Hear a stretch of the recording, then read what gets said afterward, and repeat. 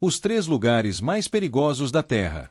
Nuvem Morning Glory, no Golfo de Carpentaria. A cena começa com o céu ainda escuro e um vento frio escorrendo por Burqueton, enquanto a luz do amanhecer empurra o horizonte. O morador que acorda cedo já sabe que a temperatura caiu de repente e que as folhas da grama estão úmidas demais para a hora. O barulho distante lembra uma onda sem mar, um ronco contínuo que anuncia uma parede de vapor de água rolando como se fosse um cilindro gigantesco que gira sobre si mesmo. A Morning Glory é isso, uma nuvem tubular de baixa altitude que se forma quando o ar úmido se ergue na borda de uma onda atmosférica e evapora na parte de trás, dando a impressão de uma máquina em movimento autossustentado que cruza centenas de quilômetros sem perder a forma. Em anos melhores ela passa como uma coluna perfeita, longa a ponto de sumir no horizonte, enquanto atrás outras irmãs acompanham em fila e formam um corredor paralelo que o piloto de planador aprende a ler como quem entende as rachaduras de uma estrada antiga. Essa sequência nasce de uma combinação rara que envolve brisas de direções opostas soprando sobre a península do Cabo York durante o dia e uma inversão térmica que se instala sobre o Golfo de Carpentaria à noite. Quando o sol cai, o ar mais frio desce dos platos, empurra camadas mais quentes e cria uma série de ondas que viajam como solitons, ondas que mantêm forma e velocidade, comprimindo e descomprimindo a umidade na borda dianteira. Cada encontro entre massa de ar que sobe e vapor condensado gera o aspecto de tubo giratório, a parte frontal branca e densa, a traseira se desfazendo e alimentando o ciclo seguinte. Para quem observa do chão, a nuvem avança rápido bastante para mudar a luz do ambiente em minutos e trazer rajadas que mexem com árvores, antenas e com o humor dos pássaros que tentam recuperar o jeito de voar dentro de um redemoinho invisível. É um fenômeno que exige geografia precisa e calendário disciplinado, e por isso se tornou previsível em poucos lugares do planeta. Na porção sul do Golfo, entre setembro e outubro, a chance de flagrar a passagem é alta, e por isso a cidade recebe entusiastas que chegam com asas leves ou com aviões pequenos para surfar a borda da nuvem, como quem pega a crista de uma onda que nunca quebra.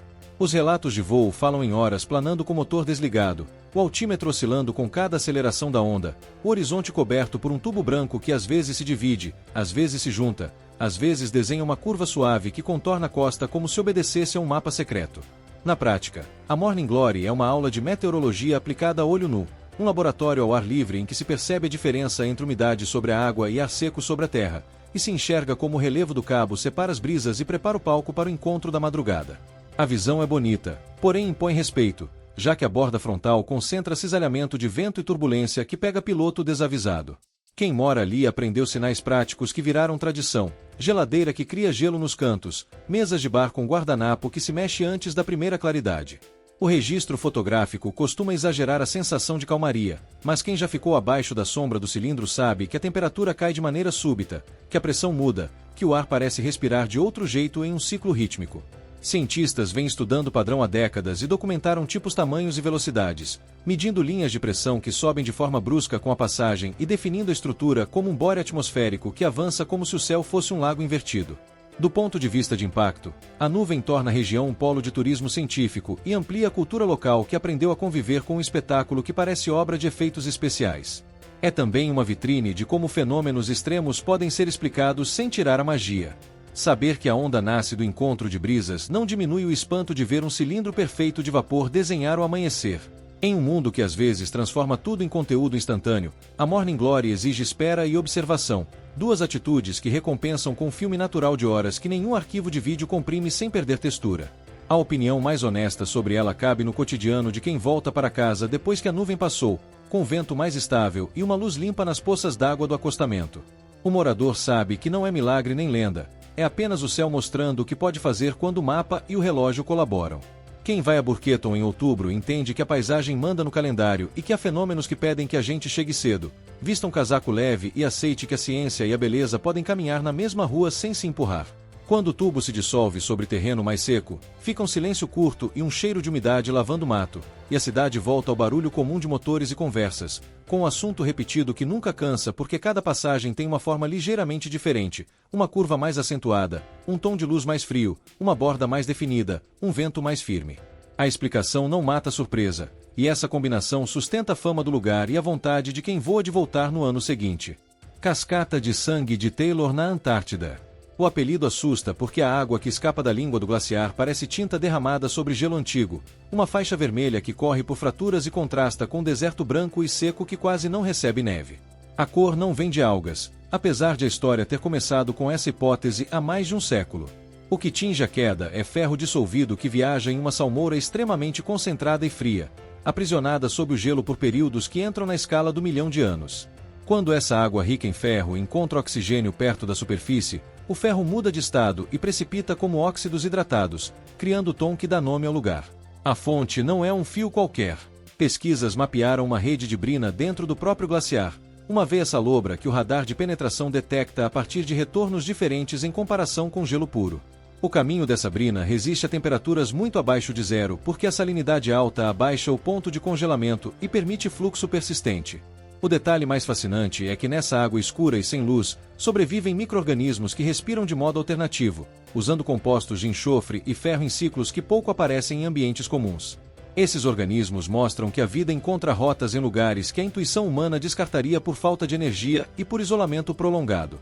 A cascata fica no Vale Seco de Taylor, uma região que lembra fotografias de Marte pela aridez, pela ausência de neve fresca e pelo vento que varre tudo com força. Desde as primeiras observações no início do século passado, pesquisadores voltam com amostras e equipamentos mais refinados para medir salinidade, temperatura, composição e dinâmica de fluxo. Em um retorno mais recente, equipes testaram sondas térmicas criadas para perfurar lentamente gelo frio, coletando salmoura in situ e reduzindo o risco de contaminação.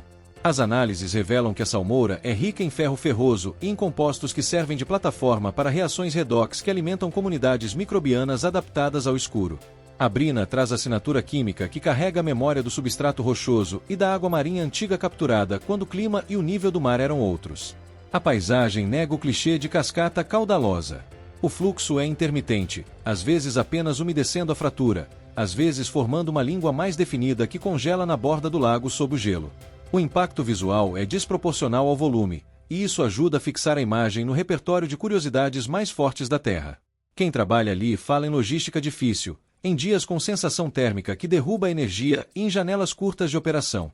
O valor científico compensa porque o sistema funciona como análogo para ambientes extraterrestres com água salgada aprisionada sob gelo espesso. Quando se fala em Europa ou em Encélado, luas geladas com indícios de oceanos subterrâneos, os dados da cascata ajudam a desenhar cenários em que vida microbiana se mantém ativa sem luz solar, alimentada por reações químicas lentas mas constantes.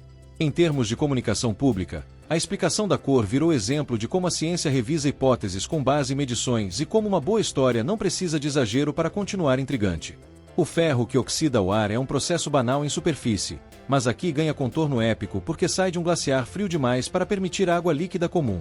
A salmoura vence a regra porque carrega tanto sal que a transição para sólido se empurra para temperaturas negativas, o que abre caminho para o gotejo teimoso que pinta a parede de gelo. A leitura microbiológica reforça outra lição, a de que a diversidade metabólica da vida é maior do que a amostra que vemos em ambientes temperados e iluminados. Em vez de glicose e oxigênio em fartura, valem traços de matéria orgânica, ferro dissolvido, sulfato e ciclos que reciclam elétrons com eficiência surpreendente. Para o público geral, fica a imagem da queda vermelha no meio de um cenário que parece imóvel. Para quem estuda clima, fica um aviso de que o gelo esconde redes hidráulicas mais complexas do que se supunha e que salmouras podem viajar por distâncias consideráveis dentro de uma matriz sólida, afetando fricção basal, velocidade de escoamento e resposta a mudanças de temperatura. A narrativa certa une estética e precisão, e a cascata oferece matéria para as duas. Quando o jato vermelho surge, o contraste com o azul leitoso do gelo cria um cartaz natural. Quando se mede a química, a amostra revela processos que redesenham os limites do que se entende por habitabilidade. A Antártida lembra que extremos não são exceção, são parte da regra, e que entender esses extremos ajuda a colocar o resto do planeta em perspectiva. Ao final do dia de campo, a equipe volta ao acampamento com garrafas de amostra que precisam de cuidado, cadernos com dados de radar e notas sobre vento, temperatura e claridade. Cada retorno soma uma peça a um quebra-cabeça que migrou de lenda para mapa, do palpite de algas para um retrato bem traçado de ferro, sal e vida minúscula que trabalha no escuro. A Panela do Diabo, em Minnesota. Na trilha do Parque Estadual Judy C.R. Magney, o rio Brulé divide o próprio corpo ao encarar uma saliência de rocha vulcânica. O lado leste despenca em queda dupla tradicional e segue adiante em direção ao superior. O lado oeste some em um caldeirão profundo cavado na rocha, um buraco que engoliu por décadas não apenas água, mas a paciência de quem tentou decifrar o destino desse fluxo. Visitantes jogaram galhos, bolas de ping-pong e até objetos mais pesados com a esperança de vê-los reaparecer alguns metros abaixo. O reaparecimento nunca veio, E o mistério criou versões extravagantes que falavam em túneis secretos rumo ao lago, em rachaduras que cruzavam bacias, em condutos invisíveis que driblavam a geologia. A rocha local, porém, não favorece cavernas amplas, ao contrário de regiões de calcário. A leitura correta exigiu um passo menos teatral e mais paciente. Em vez de insistir no espetáculo de lançar coisas e esperar que voltassem, hidrólogos mediram vazões acima da queda e abaixo dela em condições controladas. As contas fecharam, e a conclusão mais parcimoniosa venceu. A água que mergulha no caldeirão não desaparece em outro lugar, ela retorna ao leito do próprio rio em pontos de reentrada próximos, possivelmente em jorros que fervilham a jusante e se confundem com a turbulência normal de uma cachoeira. O objeto jogado ali não reaparece por motivos simples que envolvem força de cisalhamento, esmagamento contra paredes, redemoinhos que retêm por tempo indeterminado e fragmentação. O mito persiste porque é fácil de contar e porque o caldeirão tem presença cênica que invita a fantasia. A explicação científica devolve a cena ao domínio do plausível e não tira charme do passeio, apenas troca o roteiro do impossível por um retrato bem encaixado no que se conhece sobre rios que encontram obstáculos duros e cavam buracos de panela. A trilha exige fôlego, desce e sobe escadarias de madeira que lembram a pessoa de que o parque protege desníveis de verdade, e a plataforma de observação aproxima o olhar do vórtice. O conselho responsável pede que nada seja arremessado porque cada objeto vira lixo difícil de remover e porque o mistério já não depende de truque visual. Entender que o ciclo reintroduz água logo abaixo muda a conversa na volta do mirante. Em vez de comentários sobre portais para outras dimensões, surgem discussões sobre dinâmica de fluxo, sobre como a rugosidade da rocha cria bolsões de baixa pressão que funcionam como armadilhas temporárias, sobre como o jato que entra no buraco pode sair como borbulhas e jatos menores que se misturam ao fluxo principal sem dar espetáculo. A geologia local reforça esse raciocínio porque o riolite não produz túneis extensos, e a hidráulica de fundo sugere que o rio está talhando e alisando a panela em um processo lento que reconfigura a profundidade ao longo dos anos. Para quem produz conteúdo, a lição editorial é direta. Mistério entrega clique, mas solução bem contada entrega retenção e reputação.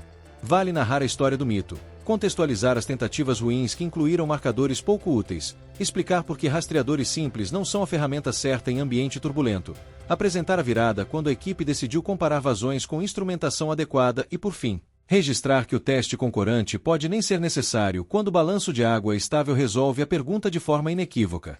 Vale também lembrar que parque é lugar de cuidado e que a melhor lembrança que o visitante pode levar são fotos e memória, não o risco de transformar um sítio natural em laboratório improvisado de experiências que viram lixo.